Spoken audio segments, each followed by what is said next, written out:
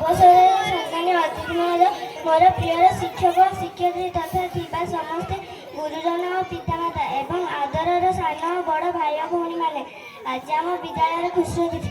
ଏହି ଖୁସି ଦିନରେ ମୁଁ କୁନି ପିଲାଟି ଆପଣ କ'ଣ କହି ଖୁସି କରିବି ତାହା ମୁଁ ଭାବିପାରୁ ନାହିଁ।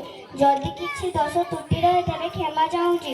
ମୁଁ କୁମାରୀ ତପସ୍ୱିନୀ ସେଠି ତୃତୀୟ ଶ୍ରେଣୀର ଛାତ୍ରୀ ଅଟେ।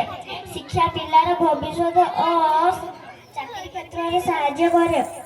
ଆମ ବିଦ୍ୟାଳୟରେ ବିଭିନ୍ନ ଦିବସ ପାଳନ କରାଯାଏ ଓ ତା ସହିତ ଖେଳ, କ୍ରୀଡ଼ା ଏବଂ ସଙ୍ଗୀତ, ନାଚ ବି ଶିକ୍ଷାଦାନ ଦିଆଯାଏ ଓ ଆମ ବିଦ୍ୟାଳୟରେ ଇଂଲିଶ, ଓଡ଼ିଆ ଓ ହିନ୍ଦୀ ଭାଷାରେ ଶିକ୍ଷାଦାନ ଦିଆଯାଏ। ଆମ ବିଦ୍ୟାଳୟରେ ଆମ ଶିକ୍ଷକ ଓ ଶିକ୍ଷୟିତ୍ରୀ ଆମକୁ ବହୁତ ଭଲ ପାଆନ୍ତି ଏବଂ ଆମ ବିଦ୍ୟାଳୟରେ 8 ଜଣ ଶିକ୍ଷକ ଓ ଶିକ୍ଷୟିତ୍ରୀ ଅଛନ୍ତି। ଏତିକି କହି ମୋ ବକ୍ତବ୍ୟ ଶେଷ ହେଉଛି। Thank you. Jai Hind. Next Divya ସାଇବେ।